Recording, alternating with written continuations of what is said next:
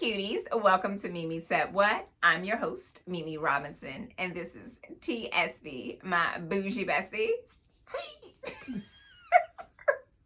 I hate this so much.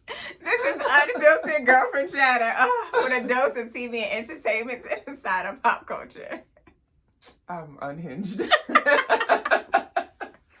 It's okay. I don't know why every week I act surprised, even though I am surprised. I don't know what's going to happen either. I never know until what's it happens. going to happen, but then I act like I don't know that something is going to happen. Listen, I never know either until it occurs. I've heard it both ways. I've heard it both ways, yes.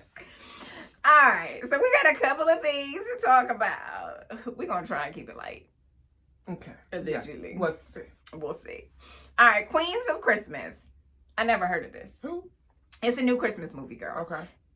It's about Doris and Julia, honey. They are lifelong. She's 75? I hope so. And Julia, she right behind her. Okay. They're lifelong friends and feuding neighbors engaged in a hilarious competition for the annual Queen of the Christmas title, discovering the true spirit of the holiday and the value of their sisterly bond along the way. Boy's got to be 75. Girl, this is a wild-ass, black-ass movie. Oh, it's black people. Oh, it's blacks. Okay. It stars Essence Atkins, who annoys she you. She does annoy me. Terri J. Vaugh. Also annoying. Lavita Alizé Jenkins. Uh-huh. Vanessa Bell Calloway. Okay. Love her. Uh-huh. And some more black people. Okay. It's streaming on BT on December 19th. BT is where you lost me. We talked about this last episode. I'm gonna watch. It sounds like chaos. It does sound like foolery. chaos. I'm here for that, especially for the older black. I got some days off. I will watch it. I still have to watch the last one that you told me about. The beauty shop joint. No, that one was Tia. No, it was. Did you watch that one? No. Okay, so you got I haven't watched anything.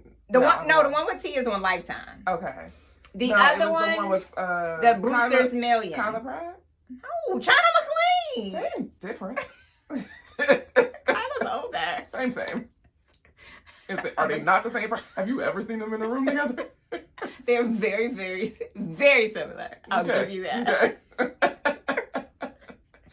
But I did enjoy them. They're, I don't know, there's always chaos. And Romeo, right? And Romeo, yeah. Okay. Somebody made me roll my eyes. That was it. It was that Romeo, was it. Yes. But Grace is in it. Her sister. Yes.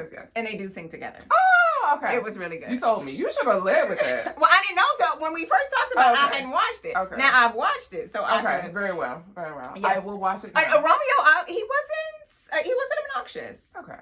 No. There was some other black girl, I don't know her name, she was obnoxious as hell. Somebody got to be obnoxious. Yeah, she played it to the T. It's part of the formula. All right, this one's for sexy vampires everywhere. Yay! Aaron Pierre. His handsome self. Woo, that man fine. Stepping into DC's superhero, the Green Lantern. The Green Lantern. You know I never met that man. Of course you haven't. So, as you know, I'm more of a Marvel stan than a DC Comics. But I have seen the Green Lantern. Who played it before?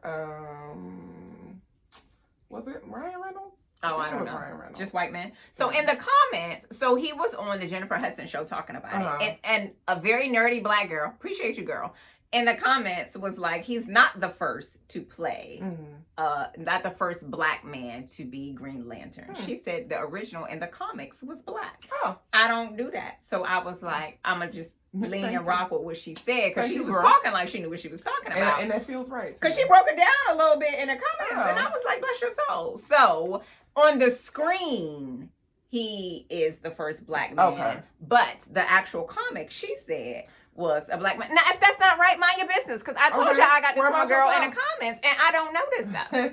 We did no further research. No. I'm excited. I will watch it. I've seen the older one several times. DC Comics, I think what they do, so like the Marvel universe, the Marvel Cinematic Universe is more fleshed out, right? Okay. Like you've got the Avengers, and then each of the Avengers has their own movie. There are continuations of stories. I feel like in the DC Cinematic Universe, there's just retellings of the same story. They don't evolve. Like 75 different Batman movies with different actors. You've got several different Superman movies with different actors. The Joker is now, but it's all the same story? I don't know. It's some iteration of the same story. I saw The Joker. I don't know how I ended up there.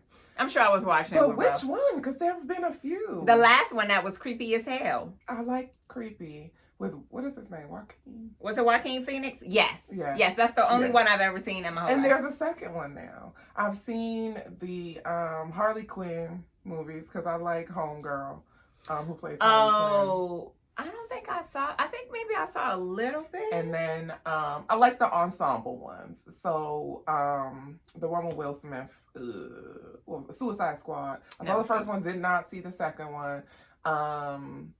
And then the one with like, what's that child name?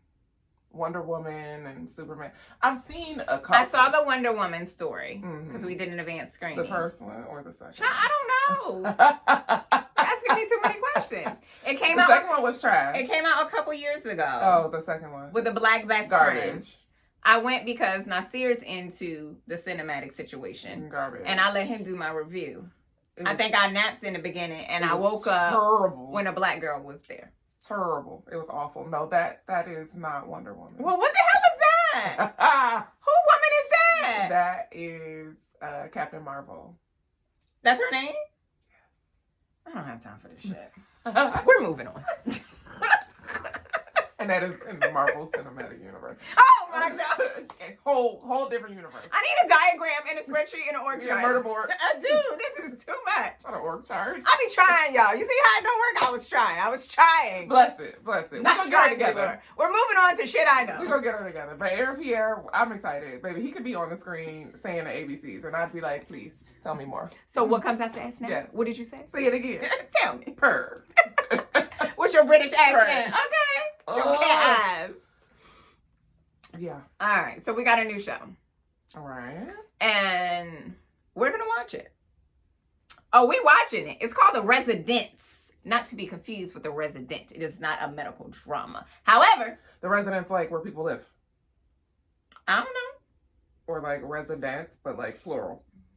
Singular. Oh, okay. Okay, so like a residence, like a home. Yes. Okay. The White House in particular. Oh. Mm-hmm. But it's a Shondaland production, and so really, that's what we're going to watch. I'll allow it. All right. So it sounds wild. I was about to object. So you got to lead with the good stuff. I intentionally did not lead with that, okay? I intentionally strung you along. It's for the ratings. Okay. There are no ratings. Okay. All right, so it's a Shondaland production. Okay. And naturally, we are going to watch. Yes. So The Residents is a comedic murder mystery drama series. That's like a lot of adjectives. Yeah, I think I've seen it. So Shonda can have us by the balls once again. So they describe it as a screwball whodunit set in the upstairs, downstairs, and backstairs of the White House. Girl, what? Everybody got some stairs. I was like, okay. It stars Aduba. Okay. Love. Yes, I think I've seen Randall Park. You know who Randall Park is? Randall Park is... He was on Fresh Off the Boat. Yes. He was in that movie with Ali Wong. Yes. Always he is so quirky, but also so funny. Mm-hmm. But also, he was wanted on I always watch Is It Cake? On Netflix. Mm-hmm. And he was he's just so funny. Yeah. But so unassuming. Mm-hmm. And he always has a serious face while he's saying some crazy shit out of his mouth. Yes, I like him. I like him a lot. So it stars the two of them, and the story is based on Kate Andersen Brower's, I don't know. She has a book called The Residents. Oh. Who knew? I did not. So Uzo is, her character name is Cordelia. What is the reason? Why? Cupp. C-U-P-P. Mm-hmm. A consulting detective for the Metropolitan Police Department, because hello, White House, Washington, D.C. Randall is the FBI Special Agent Edwin. I've never met an Asian Edwin, and I dare to say that they don't exist. Edwin is a 73-year-old black man who worked on carburetors with cigarettes dangling out his mouth. Just saying. That was Edwin's name for Delroy. Delroy. He's the exception to the rule. Oh no, trigger warning. Okay. So he's an FBI special agent who is tasked with partnering with Cordelia during a high-stakes state dinner. While he harbors skepticism about her unconventional methods, their dynamic promises to be intriguing as the mystery they seek to unravel. That's a lot of words. Girl, wait. I don't know. Okay. There are a bunch of other people who star in this series. I'm only invested in 2. Is it on like network TV or like Netflix? You know where Shonda gonna be? Where Shonda gonna be? On the flickery. She left the network. She ain't left Netflix. I'm gonna have to uninstall and reinstall Netflix on my TV. Netflix be playing in my face. It is. So Giancarlo Esposito is also in it. Giancarlo. And he is replacing...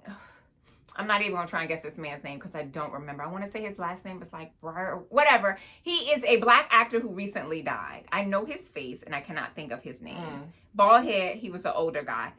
He was supposed to play this character. Oh, Andre. Is it Andre? I don't know. Brower? Something. Yeah, I feel like Brower. Him. So he was originally cast. Okay. But he's gone on to glory. Yeah. He so was Giancarlo. the guy that was on Brooklyn Nine-Nine. I never watched that. Police? Yes. Yeah, I think I've seen a commercial. I think that's it. So Giancarlo took his spot. And then Susan Kelechi Watson. Oh, okay. Beth. Can't wait. Is also starring in. I don't know what either one of their roles are. But, I mean, I was already on board, so it didn't matter. Yeah. So The Resident comes out March 20th on Netflix. Okay. We gonna watch. I will allow it. All right. Speaking of shit I made T watch. The Later Daters also on Netflix. So y'all know T's averse to reality TV and dating shows. Yeah, here we are. Yeah, here we are. And it is both of those things. And yeah. All right, so The Later Daters, which I feel like you should know about, but it's 6 golden singles. 50 and 60-year-old geriatrics learn the new rules of modern romance as they set out to find love and rediscover themselves. So it's 8 episodes. Michelle Obama is one of several executive producers. These are all blind dates. And I'm thoroughly entertained. So I've only seen 1 episode thus far. I've watched 6 of the 8. Of course you have. My first thought, so I knew about it before I watched it. I'd seen some clips on Instagram. And my first thought was, dear God, I do not want to still be dating when I am 50 and 60 years old. Just, honey, send me to Shady Pines and let me play bingo. I like bingo. Fuck it. If I ain't got a man by that time, forget about it. Okay, so some of them, the one lady, her and her husband were together for like 40 years. Yeah, so a couple of the ones that I saw today, their spouses had passed. Yes, and some of them have had about 3 spouses. I think 2 of those 3 had gone on to glory. I feel like my cap is 2. I'm going to give you a solid 1 more. That's it. So I was like, I cannot. Because even at 40-something right now, dating, I'm like, Jesus. And in episode 1, there is one guy that will remind you of exactly why even dating in your 40s is trash. Garbage. And I was ready to fist fight him in the street. George, if I see you on the street, it's me. I'm tripping you. You better square up. I'm tripping you. I hope you got good reflexes. You're going to need a new hip. Tripping you. George was garbage. Out of control. He was trash. The man was audacious. Do you hear me? Audacious. This lady is what? She's 63? She's 62. She's fine as hell. Gorgeous. She's fly.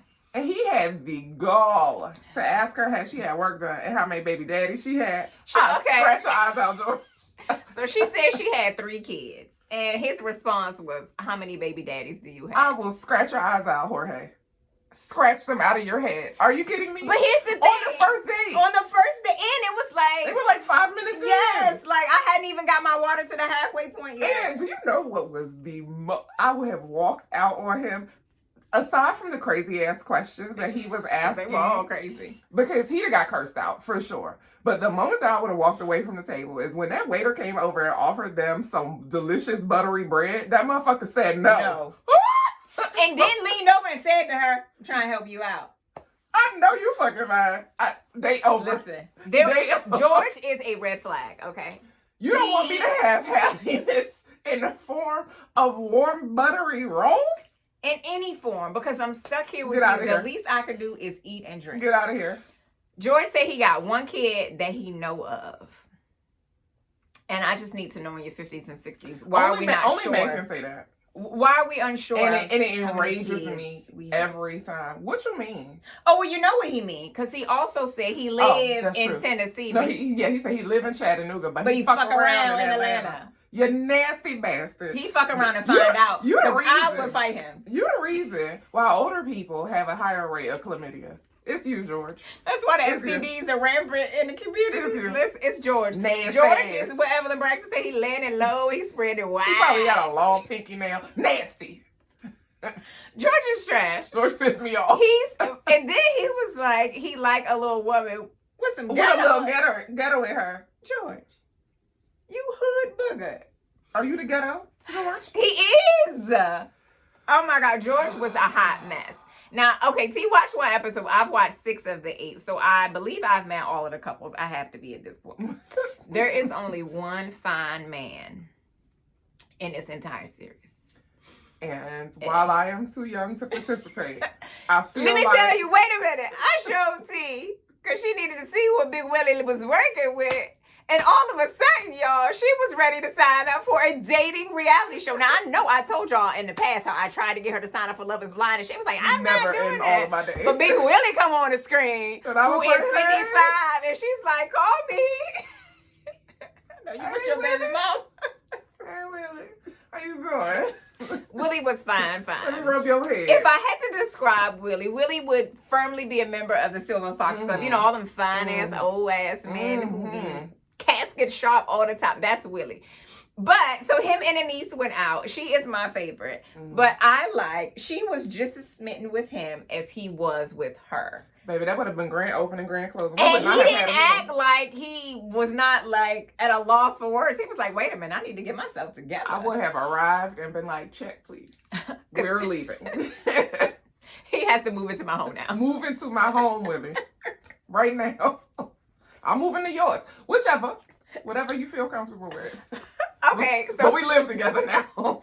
Here comes the spoiler. If you are that invested in this show and you do not want to hear what I'm about to say, then just go on and pause it for about 2 seconds. So I read an article about an update on the show. Okay. I took a page from your book. Oh. Let me see what's happening. We like to look ahead into the future. Everybody is still single. Oh. Well, that doesn't surprise me. Now, it did say that Anise and Willie did date for like about 6 months or so. Okay. And a couple of other people did date. And so essentially everybody right now is still single. Okay. So, to be determined. I will say they did a better vetting process of these people than they did with Love is Blind. No, Willie was fine. George. Oh, George. You gotta have you gotta have one child. The other chick was crazy, batshit crazy too. The one who raised her granddaughter. She live out on a grid, child. She talk so much. I haven't met her and yet. she like to give you news you can't use. Okay. So you'll be like, so do you like chicken? And she'll be like, do you know how many bombs they dropped in World War II? And you'll be like, girl, what the hell? Like, it's that awkward. was like that one lady, the dude was like, where you from? And she was like, but about this podcast with Matthew McConaughey. I was like, girl, how did we... I hit the rewind button because I said, bitch, did I miss something? She was like, I hear what you're saying, but before you go on, I was listening to this podcast with Matthew McConaughey. Girl, the fuck? So one of her deal breakers is you have to be a Georgia Bulldogs fan. And I am so amused at her old ass She's age. very serious about that. She is, and she graduated from there in like the 1800s. But she is like a ride or die for the Georgia Bulldogs. Girl, they don't know you. Never met her. So if you're interested in how the geriatrics are dating, you can check out Later Daters. Just like how 40-year-olds are dating. Disappointing. Listen, same game, different age. All right, Poppas House. So T and I dabbled. I probably dabbled more than her. Yeah, you definitely did. And me and Ro were just talking about this a few minutes ago on Poppas House, which stars Damon Wayans Sr. and Jr. And he was saying essentially the same thing. He was like, it's not funny and I can't get into it. I long ago deleted the recording and the episodes that I already recorded. That man closed his briefcase and was like, and we're done. And so I told him, I kind of feel like they tried to use an old school formula that doesn't seem to work today. Like, my wife and kids has a similar format, but it was funny. This feels forced. It was feels funny unnatural. because it was new at the time. Yes, that's what I told him. I was like, if this show came out back in the 90s, it'd probably be a hit. But he also said, so he and I watched Marlon, which I absolutely love Marlon's show. And it was funny. Well, Essence Atkins was in that one too. She just randomly be in a little bit of everything. But that one was funny. It was so funny. Marlon is my favorite way.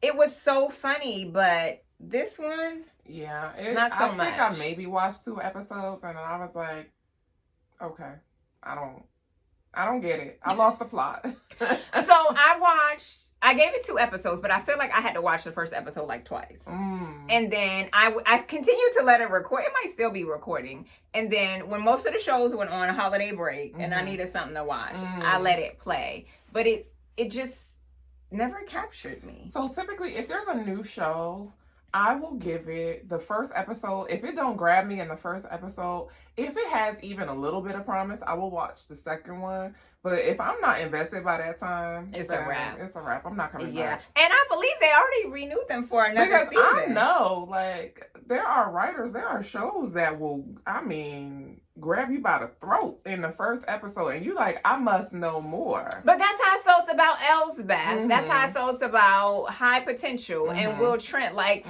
I wasn't even done with the first episode. And I was like, so you gonna call me tomorrow?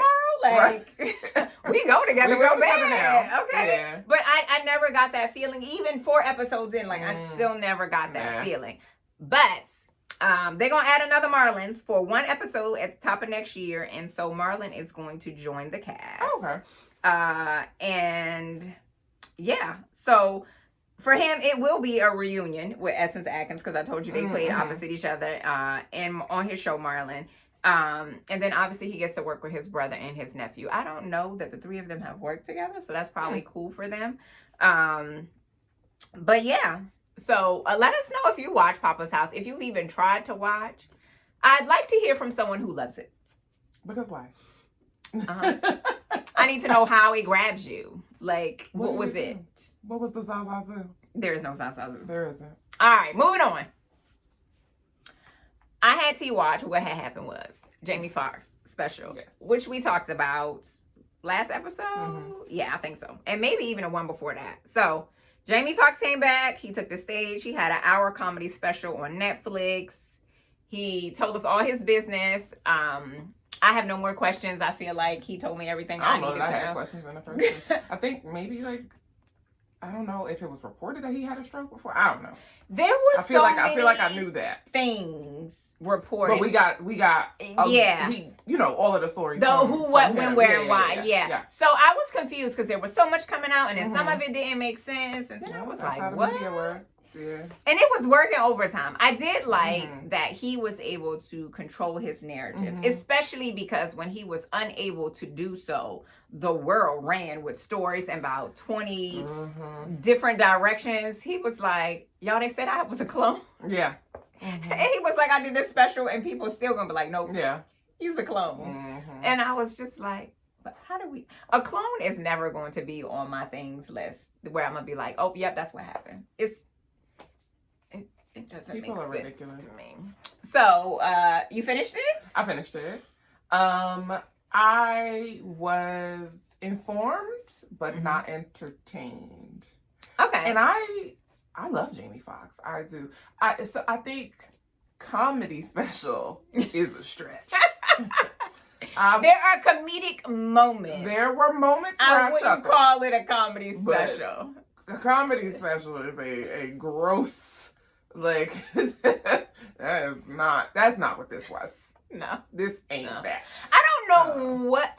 Within the first 5 minutes, he is crying. First of all, not even 5 minutes, 10 seconds. Yeah. The man hits the stage and he's in tears. What I did appreciate was he was incredibly vulnerable. And I liked that. I think it was just that I went into it expecting a comedy special, expecting Jaime Foxx. But what I got was a recap of what had happened. Yeah. And so maybe they could call it something else so that we could temper our expectations. Because it was just it wasn't an easy watch. It didn't grab my attention in a way that I'm like, oh, tell me more. It was like, okay, you had this medical, and then it was like offshoots of stories. And then musical performances by both him and his. I was confused. It was. I don't even know. I feel like even if you called it a one-man show, I don't feel like that still accurately depicts. The title accurately describes what you're about to get. Yeah, but not the description. And then it just felt like a mishmash. Like, it felt like old Jamie, but this isn't old Jamie. This is new and improved and holy Jamie. Yeah. And maybe he's always been holy.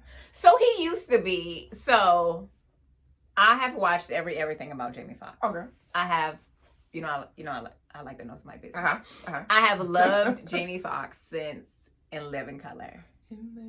I adored Wanda. I laughed till my stomach hurt. One of my favorite moments is him at the piano at the end of the cast singing Christmas music. Because I was like, oh my God, I didn't know he could sing. Like, you cut the fool. You got this dumbass, tightly curled blonde wig on, this fake butt. Crazy. And then you get down at this piano, you play like an expert, and this melodic voice comes out of your mouth. And I'm trying to reconcile this with Wanda. What you said. And my favorite In Living Color character was Fire Marshal Bill. Oh, let me tell you something. I left him. Let me tell you something. He was actually a good one. I was for a very long time a Jim Carrey stan. Really? I used to have, this is so random. Don't judge me. Don't. I had a life-size. I'm judging. You lost me at life-size. A life-size cardboard cutout of Jim Carrey from Liar Liar when I was in high school, because I had a friend that worked at Blockbuster, and after they were done with the promo, they said that I could have it. The punchline is Blockbuster here. Carry on. And so I had him standing up in my room, and one morning my father came in to wake me up to go to school and almost had a heart attack because life-size Jim Carrey. Nicest white man in my daughter's room. Why? He like the blue holes all up and through that thing. I used to quote Ace Ventura all the time. Absolutely ridiculous. So I absolutely loved Ace Ventura, Pet Detective. And When Nature Calls was the one that I quoted all the time. Where he was like, Bumblebee tuna. I probably quoted the first one the most. That's the one Tommy Davidson was in. And I absolutely hated the cable guy. I fell asleep in a theater with my best friend at the time. It was weird, yeah. It was so weird. The only thing I liked is the opening scene. When he is beating the shit out of that package. And he drop kicked it and put the Hulk smash elbow on it. And then he's like, here. Because it's true to today. That's how some of your packages arrive. If your package arrives. If it even arrives. I enjoyed this special. I cried. Let me tell y'all something. Y'all know that I don't cry. Oh. How the tables have turned. I was trying to decide if I was going to tell you the truth. Tell me more. Okay, so T and I talk about feelings all the time. T will schedule her feelings. True. I don't. And even though I don't, and I know that this is how it ends, I still don't. So for me, I don't schedule them. I tuck them away. I wait till they're bubbling up at the seams, and then they fall out at the most inopportune time. And that's how I got That's why I got a schedule line. So I was talking to my sister. So when I tuck them in, they stay tucked. Yes. And she was like, and I asked her, I said, had you watched it, B? And she was like, no. And I said, watch it. And then she called me, and me and Ro were doing the insanity workout. I was like, girl, I'm working out. I got to call you back. She was like, why didn't you give me a warning? And I hung up the phone. And I was like, I just tuck everything to the bed. And just listening to him just made my eyes bubble over. And here's what was obnoxious. Because I probably didn't, because I only half paid attention to it. Okay, I was If I had been locked in, If I had been locked in, it probably would have sent me. Because like every time I saw them lips quiver, I was like, no. First of all, when men cry, it always makes me cry. But I like to suppress my shit. And he forced it up. And at one point, I'm crying and laughing at the same time. So now I'm annoyed. Because these two don't go together. Sometimes they do. Generally at a funeral, those moments take, because I'll be like, girl, this is ridiculous. It is. I was so thankful. Why are you ridiculous? That I was literally home alone. Normally, Ro is home, and he went into the office. I was so thankful. He was gone. The dog was gone. The kids are at school. Okay, it was just me in here, a blubbering mess, and I was annoyed. One, that these feelings decided to spill out, and then two, nobody asked me first. Nobody checked on me. Zero consent. And so I was just like, oh my God. And I'm watching it. And then I felt like I was kind of outside of myself, watching myself. Like, bitch, get your shit together. It was a whole lot happening. That sounds like a lot. I did feel lighter at the end. But I was just like. See, this is why you got to schedule some moments. You got to schedule some moments. Yeah, it was heavier than I expected. And so maybe I intentionally didn't lock in because it was heavy. And I was like, no, ma'am. I've been crying all week reading these damn books that I'm reading. Emotionally, you were spent already. I don't have nothing left. Kennedy Wright got me in a chokehold, got me crying these goddamn books. So you was already all crying out. I was like, not you too, Fox. Not you too.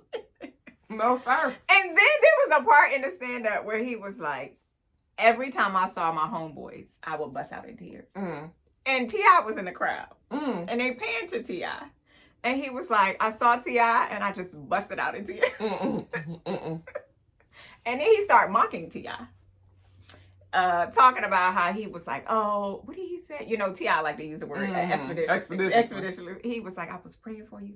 Expeditiously. I just want you to know. And so I think him impersonating other people was a way for him to keep it together as much as he could. It was an emotionally and he said that, charged. Like, throughout his treatment, how he would call on different personalities. Yes. So. And that if he could keep it funny, then he could stay alive. And naturally, as Black people, that is a core coping mechanism for us. Which is why we laugh at funerals, even though it should be serious. And they generally are. But how else do you keep it together? I think that what you were just talking about, like, about you, like, tucking away your feelings. I think you and I have talked about before, like, just how getting older and certain experiences that you've had, like, you feel your feelings more. And I think that this was kind of that turning point for him, right? Where he had to, like, he has to be vulnerable. He has to accept help. Those were the things that I was like, this is stuff that people need to hear. And if this is a palatable way for people to receive it, then I like that. I think that it is. Because once you break the dam open, it's done. Maybe his dam was open. It was wide open. I liked that it was a genuine expression of what I'm sure for him is just bottled up emotions. Like, I've been fighting for my life and y'all had no idea just how bad it was. When he was telling the story about that lady washing his pickle, I was dying laughing. I was like, Lord. But then when she told him, I've been bathing you since you got here. But because he does not remember 20 days of time, he had no idea. He was like, you saw my... He was like, you got to prep it. And he's like, it was no prep.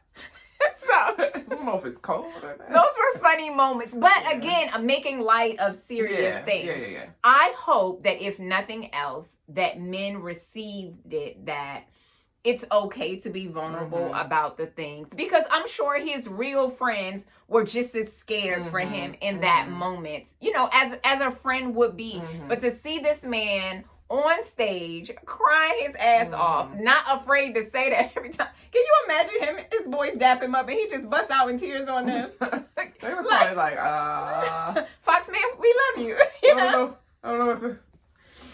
Ricky Bobby, I don't know what to do with my hands. Okay, that was him. So he had a very crazy upbringing. Do you know about his upbringing? Okay, so his daddy didn't claim him as a child. So he was raised by his grandmother. And his mother, I believe both of his parents were young. He was raised by his grandmother. I think his mom was in and out of the home, but he didn't know his dad. Do you know this motherfucker lived directly across the street with a whole nother family his entire life? His entire life. He could open his front door and see his biological father's house and his comings and going with his wife and children. And that would have been my villain origin story. Girl. So he's from Terrell, Texas. Burns down in the middle of the night. Girl, listen, okay? Might in the middle of the day, because whatever. So he grew up in the church. His grandmother was church all the time. First of all, I'm probably one of a very small group of people who absolutely love Jamie Foxx's first album. And it's the songs. He's got 2 songs on there that make me cry all the time. One of them is dedicated to his grandmother when she died. And essentially he's singing about how he didn't know that he could live without her. Because she was his parent. She was literally his everything. And so he highly regards her. So I knew he grew up in the church. She was that way. I feel like for most people who grow up in the church, who will say stray away, so to speak, you know, he got out, he got Hollywood, he got money, he could have, you know, anything he wanted. It's easy to forget the church part of you, to the foundation part of you that you started with. And so for him, this was his moment. Like, look, I brought you out of this, but don't make me bring you here again, because the next time I'm not going to bring you out. Yeah, and he said that. He said, what did he say? Something about the stroke being a blessing. Yeah. Like he was blessed with this experience. So. Yeah. Listen, it was like I said, it was a lot. It was heavier than I expected, and my brain just could not like make sense of what I was like. I love, so in the midst of it, and it's kind of one section kind of towards the end where he's kind of reminding you of all his characters. And because I love him so, I already knew where all these characters came from. So it was endearing to me to hear him go into the Ray Charles voice. I have watched Ray at least 100 times. At least 100 times. I might have seen it once. Oh my God. I love the movie. And because ain't no blind man finna cheat on me. Listen, you know what Ro like to say all this? One of my husband's favorite quotes from that movie is, "It's in the wrist, Ray." Because that's how Ray Charles determined if you were his type or not. He will feel your wrist. And girlfriend, if he was too meaty about that wrist, he won't check him for you. If you was in there making the collard greens, he didn't want your kind, child. He wanted a little skinny thing. And so, I'll be damned. Not only was this blind man cheating on you, he had a whole You had to learn to be choosy. And bossy. He was so bossy. But I love that crazy movie. So to listen to Jamie just go through his characters and the different voices. And to sing the song from In Living Color that I told you I love to hear him sing. And just, I love to hear him sing. Django, like all of that. Yeah. And I think for him too, it was a reminder of these are all the amazing things that I have done. And sometimes you need to there's stuff that remember where you came from. Yet to do. Yeah. And you got more time. Yes. So his vow to quit white women was hilarious. Yes, in public though. And he called them the H word. I said, what in the name? What is happening? George Jefferson is the only man I recall on television calling white people honkies. And at that time, damn near every episode of the Jeffersons, I don't know. I guess it was popular in their time. It was not popular in the 80s. Yeah, no. That wasn't. No. In my childhood, that was never like. Now, Jamie. Now, sir. Now, Eric Bishop. Eric, get on out of here with this foolishness. But I will say, even though he got a thing for white women, I never see him publicly with these women. I only know because he's got 2 children who clearly got white mothers. He was dating. Oh no, what's her face? Yeah, yeah, she's the only one I've ever seen him public with. But in his love, he has always had love for black women. I don't care who he date, but I don't like when black men get these white women and then act and like then talk shit about black women. That I don't like, and he's never been that way. And so that's probably why they still ride for him. He has always given support. Because have your preferences. But just because you prefer to date one thing doesn't mean that the other thing is trash. Yeah, it just means that's not your preference. At the same time. It's just not your preference. And these black women raised you and made you who you are. That's a slap in their face. But Jamie has always bigged up black women, his grandmother for raising him. I don't think I realized he had 2 sisters. I knew he had one sister who had Down syndrome. She died a couple years ago. But I didn't know he had another sister. So he definitely gave her flowers and his daughters for holding him down. And he was like, she didn't know what the plan was, but she was like, nope, y'all ain't about to do this. Not my brother. Not my brother. I tell you, I found out my brain was bleeding. And to hear him say the first doctor was like, I'm going to give you a cortisone cream and send you home. My God, what? Where is your license? Please. Where? Because put it in the trash.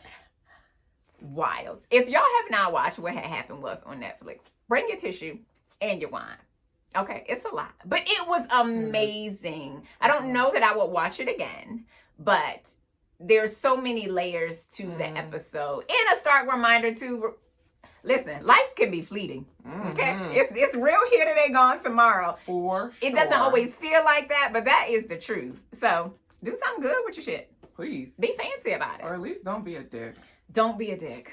Do wear your sequin dresses to the grocery store. Don't save your clothes for a special occasion because it's today. It's today. Okay. It's today. Every occasion is a special occasion. If you still topside. Okay. It's ghetto out here though. For sure. It's on fire. 100%. But we're here. Okay. And the aliens need to go ahead and wrap this up. But you waiting for the clones? The robot uprising. Something, check. Terminator lied to me. TV's the apocalypse, as we discussed. It's the only one she's prepared for, okay? She's not prepared. There are a couple of apocalypses that I'm prepared for. Oh, there's different types? Yes. Oh, okay. I'm ill prepared. The robot uprising, I feel like I'm prepared for that. Okay. And then the zombies. If there's a different one, and honestly, the way things are going, we might get both at the same time. Just fuck it. Like, I'm not fighting, because what we fighting for? To pay taxes. We not winning. To send these little emails. Not worth it. I feel like I can defend myself, but what's the point? Because what am I defending? Just go ahead. Zombie me, so like a zombie somebody else. There's some people's brains I'd like to just... Let me go ahead and get my revenge. So you got a hit list. So I hope y'all are not near her. If I get zombified... Okay, you better watch I'm coming for some of y'all. Get it together, George. George from Later Daters is on the list. Definitely. Can't eat his brain. He ain't got one. Oh my God. All right, y'all. No sense. Oh my God. This episode is sponsored by Oshi Bougie. You can grab your merch at oshibougie.com. You can follow on social at shop Oshi Bougie. Thanks for tuning in to another episode of Mimi Said What. Like us. We're funny. We are. We're a good time. We're a good time. And tell your friends. They like to have a good time too. Everybody's doing it. Everybody's doing it. You can follow Mimi Said What at Me Said What on Instagram. You can follow me at MimiCuteLips everywhere on social. And you can follow my bougie bestie at The Style Medic everywhere on social. Until next time.